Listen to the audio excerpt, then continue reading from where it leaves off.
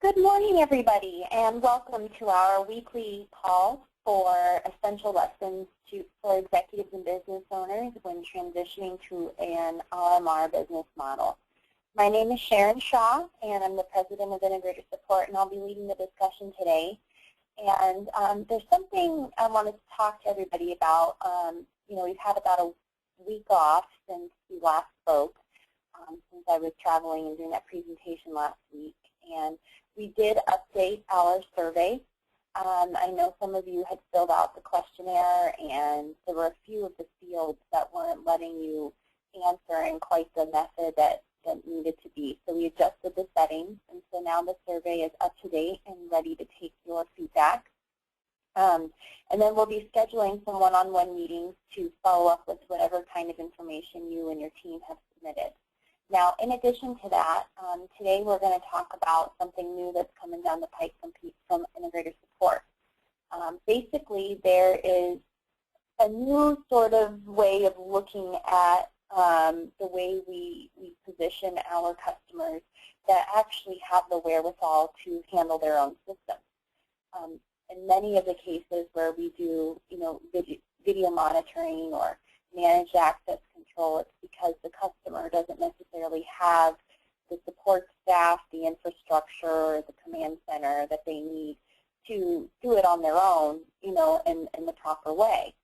And so, many times either those types of customers have the systems like the access control software, the VMS installed, but there's no one really doing anything with it. And similarly, there's customers out there that do have the wherewithal, but perhaps they're using multiple systems for multiple sites, and they're trying to integrate things. And if they look to add new systems or new hardware and updating software, they're worried about sort of that reverse compatibility and what goes on with the stuff that's already installed. So we're going to address a lot of these issues today. And basically what we are able to do now, the exciting thing, is that the software that we've been using at our monitoring centers to do the remote monitoring is now available as a sort of hosted application that your clients can take advantage of. So again, the product is called INIX, and it's created by a company called SureView Systems. And we have a lot of experience with it because that's how we do what we do every day. And the great thing is that for those customers that have the wherewithal to handle their own systems, we can make their lives much easier by combining their platforms into one simple user interface and reducing a lot of the training requirements for the people that use the system, and also just enhancing the effectiveness and the overall usability of the stuff that they've already had installed. So let's go ahead and dive in. This is going to be about a 30-minute overview of what we're able to do. And as owners, what I want you guys to be thinking about is, again, just ways to generate that recurring revenue. This would be through, offering a hosting program to your clients. There's different values to different services that we offer, but we feel that this is a great way to add another recurring revenue stream to your business and provide your customers with a phenomenal solution at the same time. So let's go ahead and get started. First of all, what are the challenges faced today in most command centers? As integrations become more complex, things are becoming more difficult to manage. Similarly, there's sort of that proprietary feature in a lot of systems that we sell that makes it hard for different platforms to work together. Perhaps your customer was standardized on one access control system. Say they use AMAG, and then they inherit a new building or something like that, and there's a separate access control system, maybe a Linnell system that they acquire, and they need to field the alarms from both systems, and they don't really know how to go about it. Work together is a huge challenge for command centers. Similarly, it's, what information really matters? What information should they be monitoring? Every time somebody uses a card to go into any door? No, probably not. But in a lot of cases, because they don't know how to field the information that does matter, they end up omitting and ignoring the alerts that actually do matter, like door forced open alarms and door propped open alarms, things like that. Also, just like anything, our world is evolving, and so our threats are different than perhaps they used to be. Last week I was doing a presentation to a group of campus safety officials, and their biggest concern, it used to be that security was how do we protect the premises of the school maybe when nobody's around, when no teachers are there to supervise, when summer break, nights and weekends, when the place might be vulnerable to vandalism or break-ins, and protecting the computer labs to make sure nobody steals any of the equipment, things like that. Well, now their number one concern is this active shooter scenario. And it's not about protecting the perimeter and the building and the assets when no one's around. It's quite the opposite. Now the people are the assets. And how do we protect them when everybody's moving around and everybody's coming and going and there's constant activity going on? So those things are changing. Similarly, we have all these terrorist concerns. So if you're working with municipality or government type applications, even specific verticals are concerned about different kinds of threats. Compliance obviously is one of the key drivers. If any of you have ever heard Jim Henry speak, he's always talking about how compliance and ROI are the two reasons why customers buy anything from us. And so being able to report and show what happened when to insurance companies and whatnot is critical. And so that's one of the things we'll be addressing. SOPs are very important. How do we make sure that, from this shift to that shift, this location to that location, upon an incident, everybody knows how to respond, and everybody who's there, regardless of, their role and everything, has specific instructions of this is the information, this is what I'm supposed to do with it, and this is how we'll analyze it after the fact and figure out, how we can improve things or do things better. So those things are critical in command centers. What you're looking at right now is sort of a complex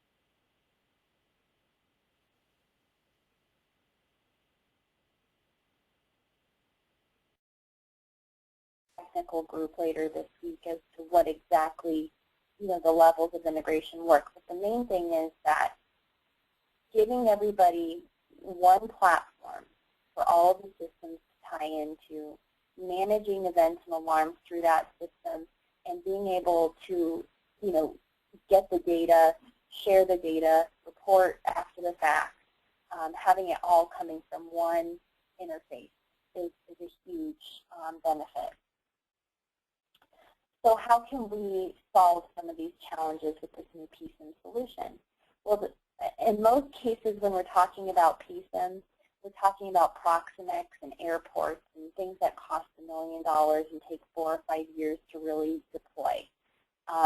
And what we're able to do is service sort of a different market where, we're in line price point-wise with what the customers can afford. So being overpriced is not really a concern for what we're able to do with this.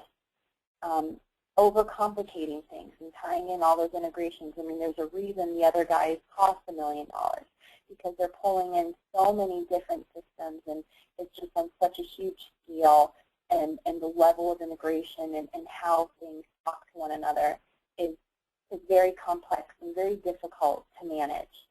With the way we manage these systems, it's all about just security and handling that security information and as it pertains to that incident. As far as expectations are concerned, that's really the key, is making sure you understand the solution you're selling and that you are able to articulate the benefits and the deliverables that your customers can expect out of that solution. So basically what SureView identified, SureView started as just selling to monitoring centers, selling to the G4S's and the Acadians and the Maces and the iVerifys, those kinds of folks. And that worked for quite some time, but then they realized that, there was a limited market there, and they had already this platform with hundreds of integrations, and they realized it was a time to, look at how else can we leverage this great program, this great system that we have in place. Well, customers that are small, have maybe just 1 or 2 locations, using, smaller kind of video surveillance systems and things like that, it's probably manageable for those smaller customers to kind of run what they need to run through their VMS or access control system.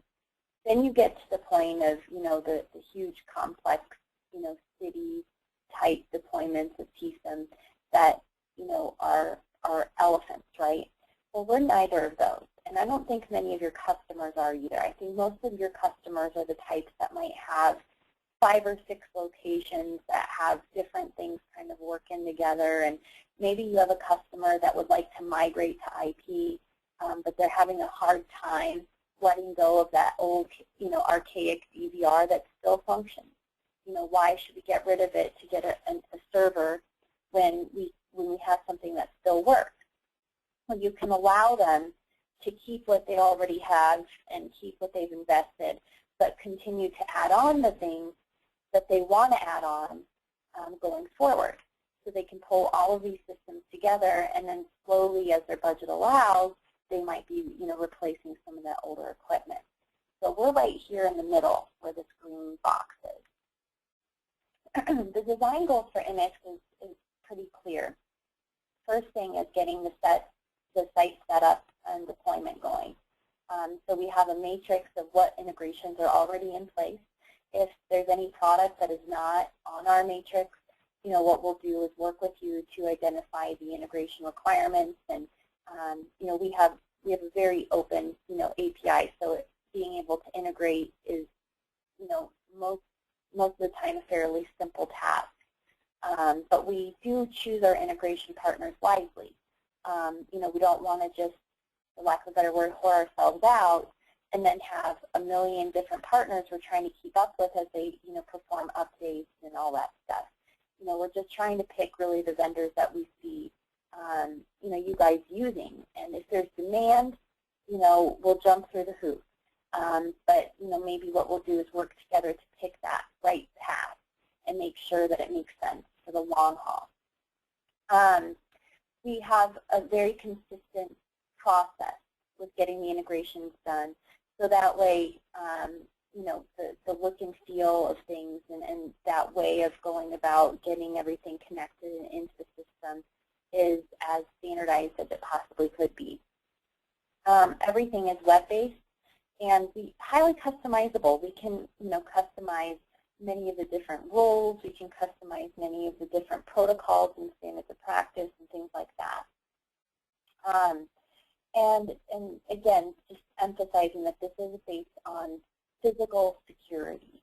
So it's not your it's not a humongous task to get all these things together. With multiple systems. The key is just integrating security pieces into SureView. So let's look at how we go about doing this. Well, first of all, it's an event-based platform. We are running everything on the premise that you're going to get an alert, and the alert is going to tell you there's an incident happening, and once that incident is happening, it will walk you through the steps of how to handle that incident and how to report, and all of that stuff is recorded into the audit trail. Now, these events can be triggered either by alarm conditions, or it could be triggered by, any kind of outbound call, which is kind of like what we'll do as a tour, a virtual guard tour. And, but this is something that your customers would want to do on their own. These are all services we do through G4S, but for the customers that would like to handle their own system, this gives them the means to go and do their own event-driven monitoring. And we can pull all of these things together with video systems, access control, intrusion, and alarm input. We also have voice down or two-way audio that we can leverage, and just in general, additional situational awareness systems. So this is the IMIX process, and any kind of security system, when you're talking about PSIM, it's physical security information management. So first, we have to go through step by step in understanding what is the information, where does it come from, and then how do we manage it. So let's start with the deployment. The first thing we have to do is get everything out and going. So the deployment feature, we're looking at, how many different customers there are. Everything is in a cloud infrastructure. So it's very scalable. Customers add new sites. It's very easy to do. But in general, what we're looking at is we can pull all of these different accounts into one basic parent account for you guys to leverage and manage. Then we integrate the specific things that are on site with that particular customer's account. This is just a brief list of some of the integrations that we have to date.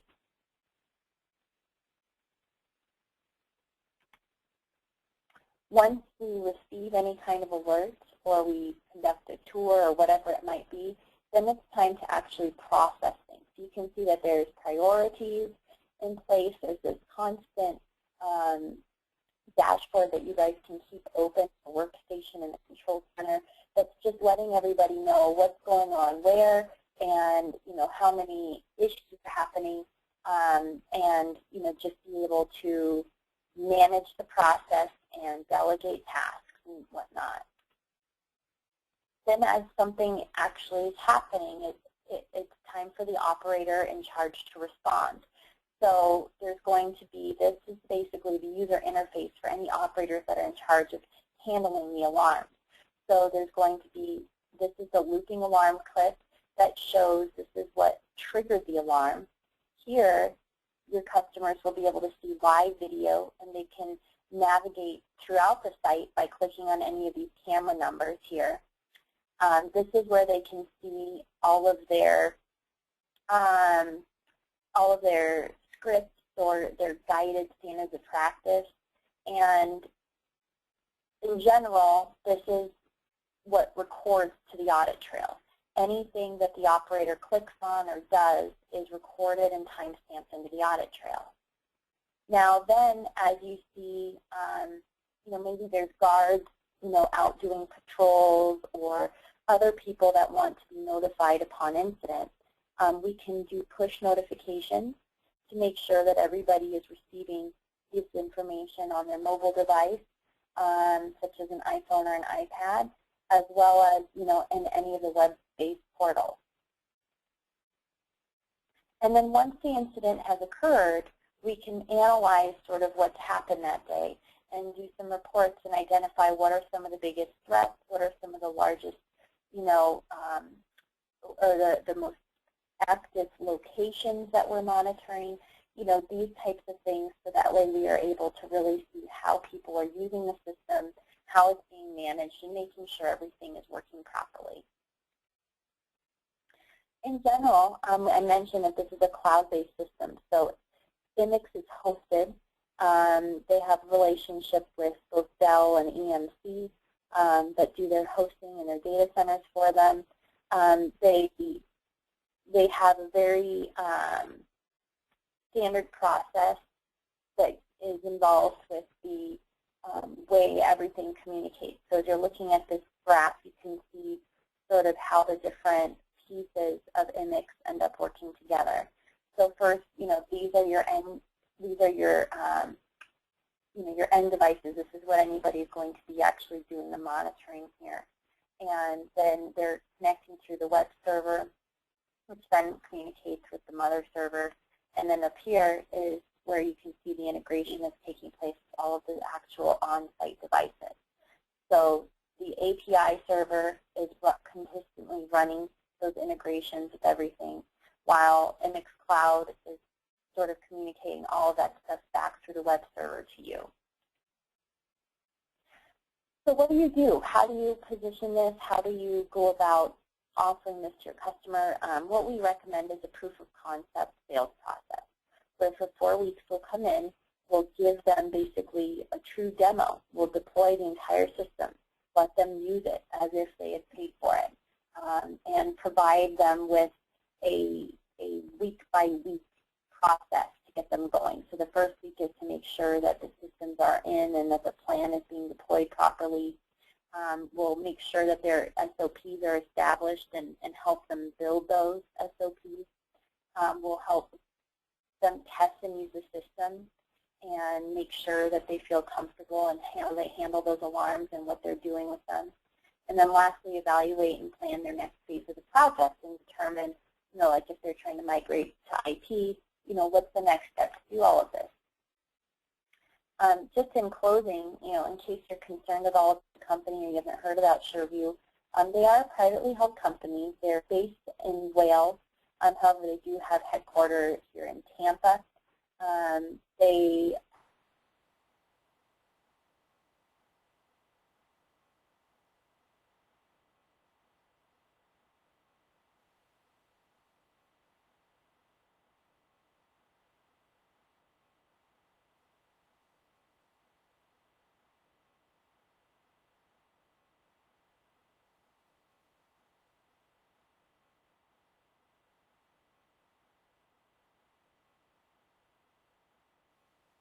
And again, I just wanted you all to be aware that there's going to continue to be new opportunities to leverage, hosted systems and managed services to provide to your clients. So we strongly recommend you take a close look at this because we feel that you either have the types of customers or both.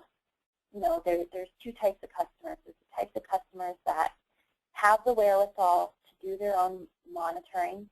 And in those cases, you could position MX Cloud or these, PSIM type solutions.